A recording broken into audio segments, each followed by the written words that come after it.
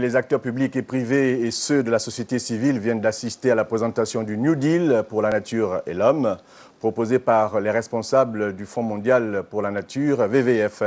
La démarche vise à mettre en place notamment des stratégies de protection de la biodiversité au Gabon. Le point avec Linda Nyumba Mungengi et Gérard Mindou.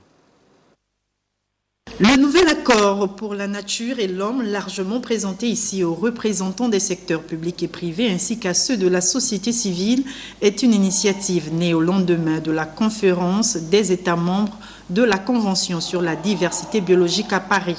Nous voulons beaucoup de gouvernements et beaucoup des leaders des business une manière très claire de travailler par un compromis très fort pour la conservation de la nature. L'océan, la forêt, les rivières, parce que ça, c'est l'infrastructure naturelle.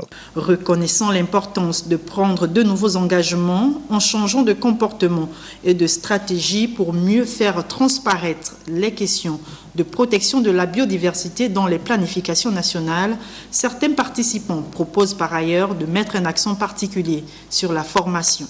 Il faut maintenant aller beaucoup plus loin.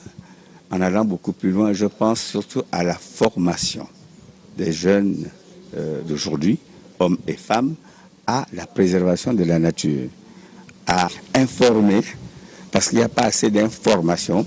Nous partons sur de nouvelles bases, tout en espérant que pour ces nouveaux objectifs, la société civile soit mieux impliquée et surtout la jeunesse que nous représentons. Cette réunion de haut niveau avec les acteurs de développement n'est pas la dernière. Le Fonds mondial pour la nature entend initier d'autres rencontres du genre afin de peaufiner la nouvelle stratégie de conservation de la biodiversité au Gabon.